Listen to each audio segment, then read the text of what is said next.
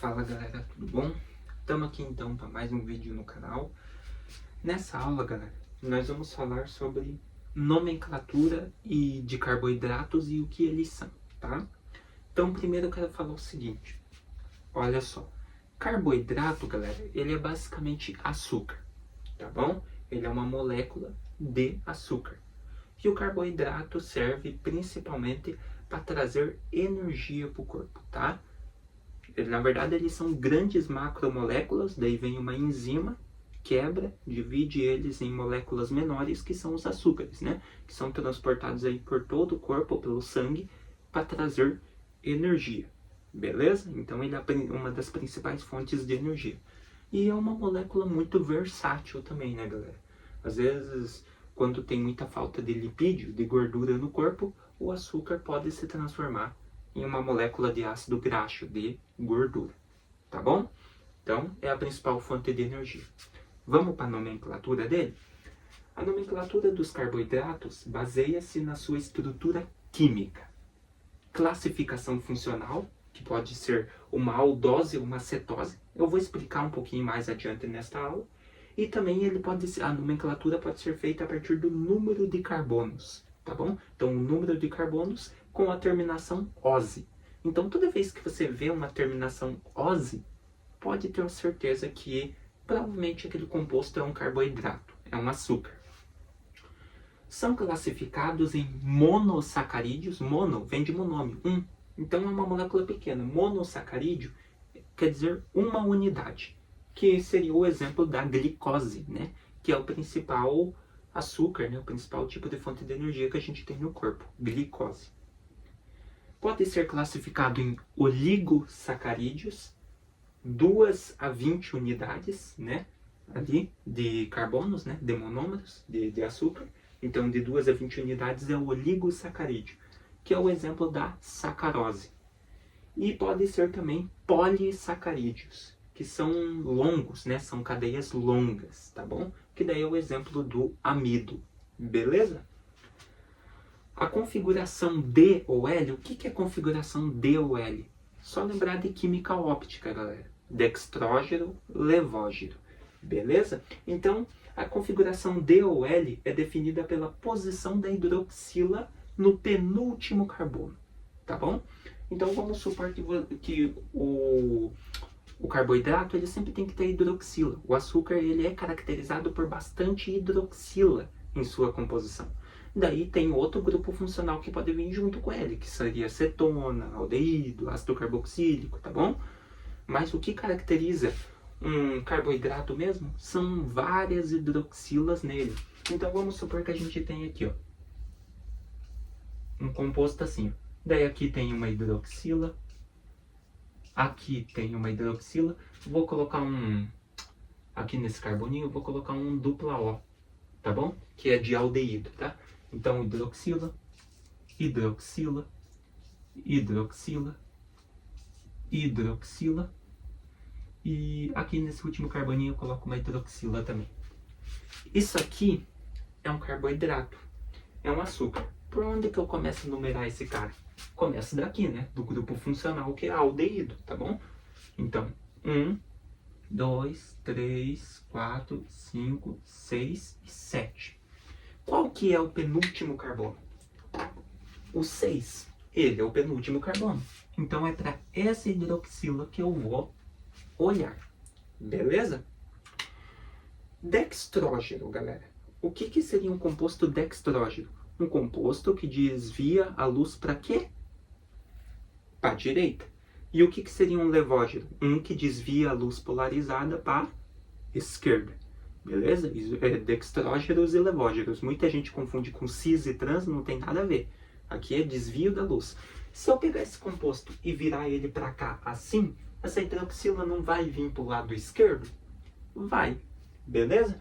Então, no caso, esse ácido aqui, se você olhar dessa direção, que é o que eu estou falando, tá bom? Se você virar ele assim. Se virar ele assim, eu estou olhando dessa direção. Se você olhar dessa direção, para cá é o lado esquerdo. Então, significa que esse composto desvia a luz para a esquerda. Então, ele é um carboidrato L, um carboidrato levógeno. Isso mesmo. Agora vamos supor que o carbono 6 estivesse aqui para baixo e a hidroxila estivesse aqui. Se você olhar nesta linha reta para esse composto, você vai ver que a hidroxila estaria para a direita. Então ele seria um composto D, um carboidrato D, dextrógeno. Tá bom? Só para explicar melhor essa parte aqui de dextrógeno e levógenos, tá bom? É mais uma curiosidade, a gente de químico, que não falei, não vai usar muito isso. Pode usar em laboratório, claro, mas não vai usar muito, tá bom? Continuando aqui então, galera. Classificação e nomenclatura geral de carboidratos. Monossacarídeos, que são os açúcares simples, né? Aqueles com menor cadeia. Eles não vão fazer hidrólise, tá? Eles não vão fazer reação de hidrólise, ou seja, eles não vão receber ganho de água, tá bom? Oligosacarídeos, que é a outra classificação que a gente viu de carboidrato, que é de 2 a 10 unidades. Aqui colocaram 10, mas pode ser 20 também, tá bom? Não tem problema.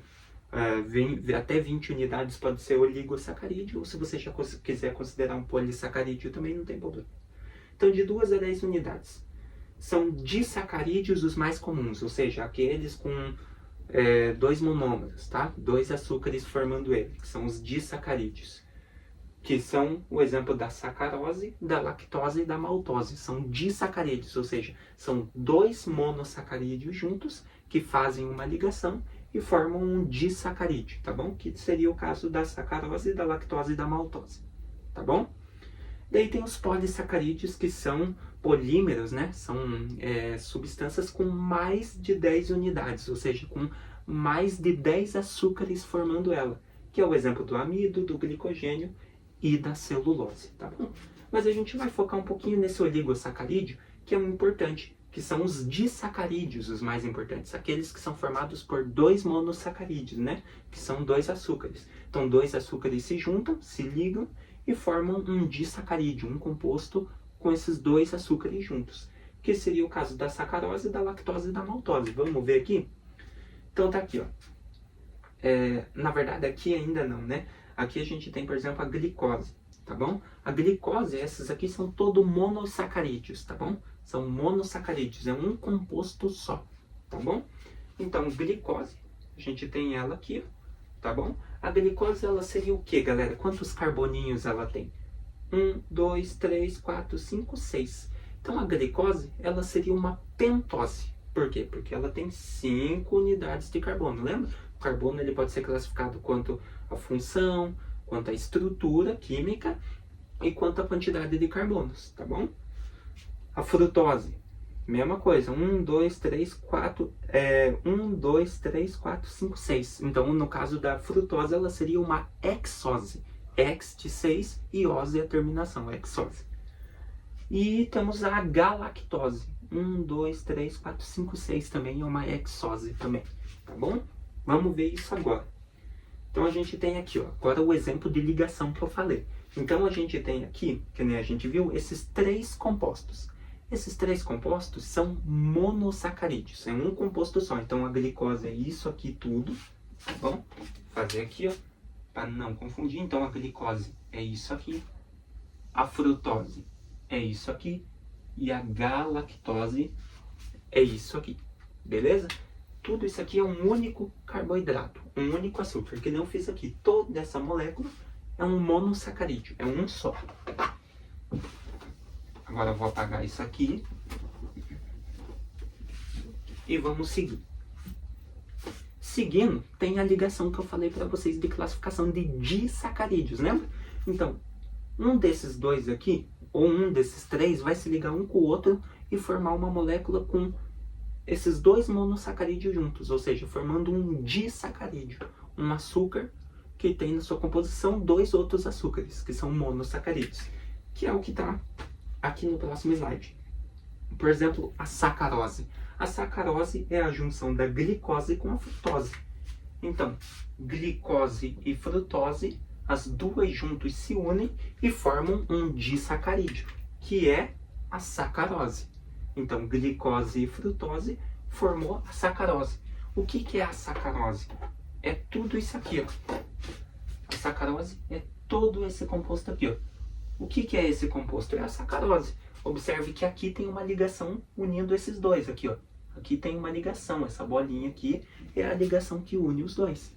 Então aqui nós temos a sacarose e aqui a frutose. As duas juntas formam, aqui a gente tem a glicose e aqui a frutose. As duas juntas formam a sacarose, que é um disacarídeo. Mesma coisa a lactose. A gente tem a glicose com a galactose, que está aqui ó, no outro slide que eu mostrei. Glicose e galactose formam quem? A lactose. Beleza? Então tá aqui, ó, tudo isso aqui é um disacarídeo, são dois açúcares formando um. Então temos uma lactose aqui, um disacarídeo. Tá aqui ó, a ligaçãozinha que separa. Então desse lado temos a glicose e desse lado a galactose. As duas juntas formam lactose. E temos aqui por fim a maltose. A maltose são duas moléculas de glicose juntas. Então a gente tem aqui, ó, tudo isso aqui seria a galactose. Aqui a ligaçãozinha que separa elas, né? Então, glicose e glicose formou um disacarídeo, né? Que é a maltose. Tá bom? Eu estou mostrando isso principalmente para vocês porque disacarídeos e monossacarídeos são os mais comuns, tá? Os de cadeia longa, que são os polissacarídeos, também aparecem, mas eles são mais escassos, tá bom? Então, o mais importante para você ver de carboidratos é monossacarídeo e disacarídeo, beleza? Vamos lá, então. Agora, no outro slide, nós temos um outro exemplo.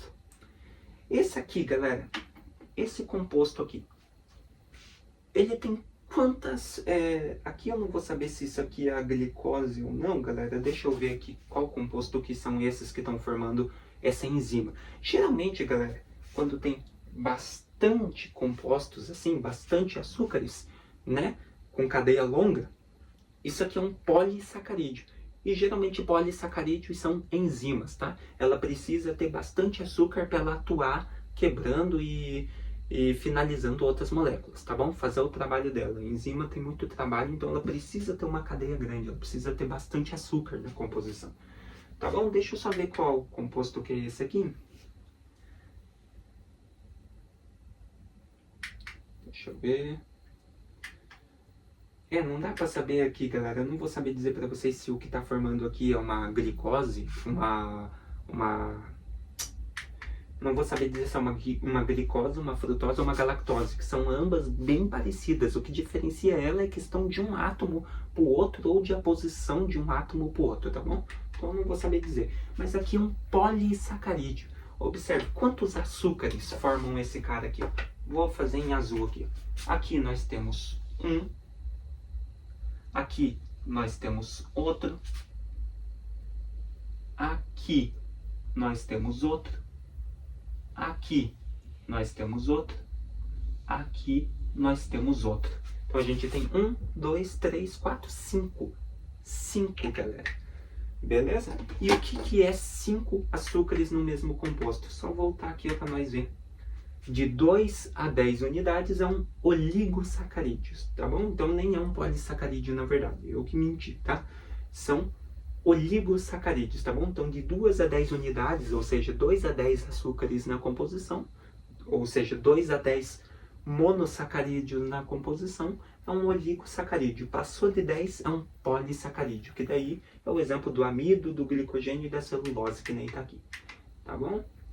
Então aqui nós temos um oligosacarídeo, que é uma enzima.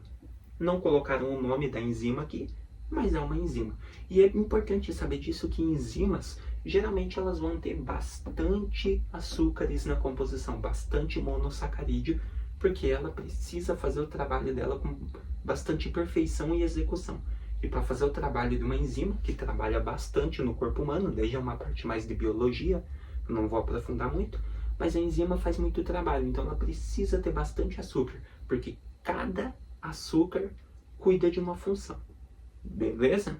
Não é à toa que o DNA é puro açúcar, né? O DNA, o ácido desoxirribonucleico, ele é uma pentose. Ou seja, ele é um conjunto de 5 açúcares. Olha só como o açúcar é tão importante, né? O que transcreve a identidade do indivíduo, o DNA, é açúcar.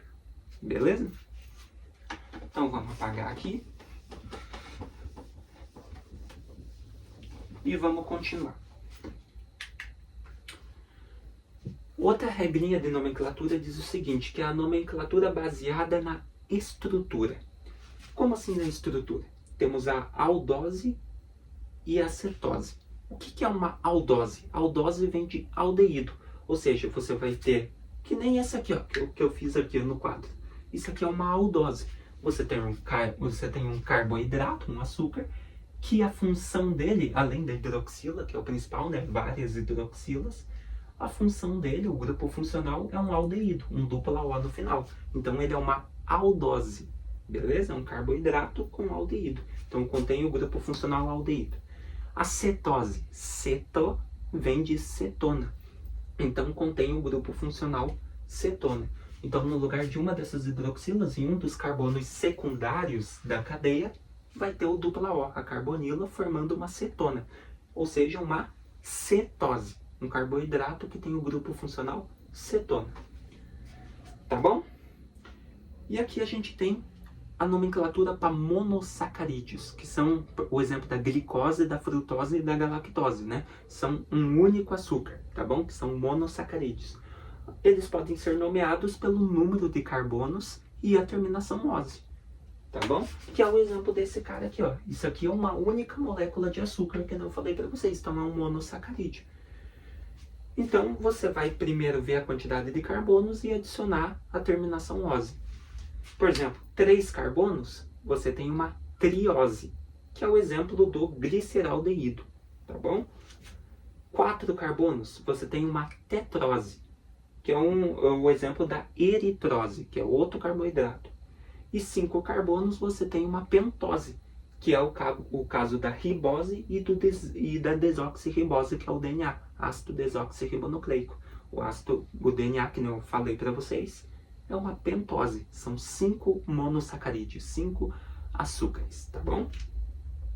E 6 carbono, que nem dito, né, que é o caso da galactose, por exemplo, seria uma hexose, que é o exemplo da glicose, da frutose e da galactose. Tá bom? Daí tem as combinações, né, galera? Por exemplo, uma aldose, que nem essa aqui, que tem o grupo funcional aldeído, junto com uma cetose, que é um carboidrato que tem o grupo funcional cetona, mais o número de carbonos, a gente teria então aldose e cetose com o número de carbonos, por exemplo, uma de 6 carbonos. Vamos supor que a gente tem uma aldose. A aldose se junta com um monossacarídeo de 6 carbonos, que seria uma hexose. Aldose mais hexose, aldohexose.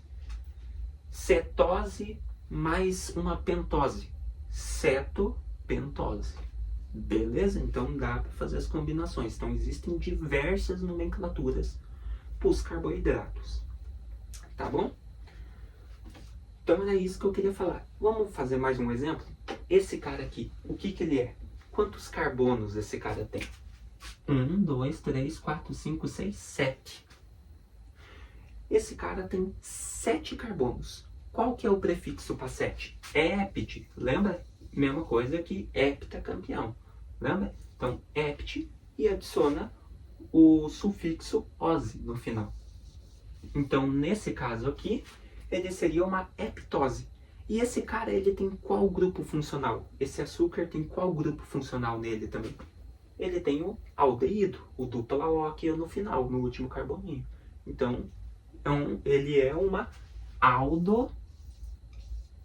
aldoheptose. Beleza? É um carbono que tem é um carboidrato que tem 7 carbonos, mais o grupo funcional aldeído. Então é uma aldoheptose. Beleza? Vamos continuar então, ver se tem mais um. Bom, o último é esse exemplo aqui, né, galera, que nós pegou, que, se eu não me engano, isso aqui é para ser a glicose, né? O mesmo que já tinha aparecido ali. Quantos carboninhos tem aqui? 1, 2, 3, 4, 5. Então esse cara é o quê? Qual que é o prefixo para 5? É pente. Então, pente e a terminação ose, que é de carboidrato. Então esse cara é uma pentose, beleza? Então quer dizer que esse cara pode estar, e deve estar, né, provavelmente, na formação do DNA. Existem vários tipos, né? Do DNA seria a amina, timina, guanina, uracina, né, citosina, entendeu? São as pentoses, tá bom? Então esse cara é uma pentose porque ele tem 5 carbonos. E qual que é o grupo funcional dele? Observe que o dupla O está no primeiro carbono da cadeia. Então é um aldeído. Então esse cara é uma aldopentose. Beleza? Aldopentose. Então tem diversas maneiras de nomear que não eu falei, tá bom, galera? Então esse cara tem 5 carboninhos na cadeia dele, então ele é uma pentose, e junto com esses carboninhos, no primeiro carboninho, tem o grupo aldeído, então é uma aldopentose, tá bom? Então, que nem eu falei, galera, carboidratos eles são muito versáteis, por isso que a aula ficou grande, então tem muita nomenclatura, tem muita coisa para ele, tá bom? Mas vocês viram que é fácil de nomear, né? Você pode nomear tanto pela estrutura dele, né? Como, por exemplo, aldeído, a posição das hidroxilas, que seria o caso do levógiro e dextrógiro. Você pode nomear ele pelo número de carbonos e também pela função dele, né? Pelo grupo funcional que acompanha, que nem a gente fez aqui.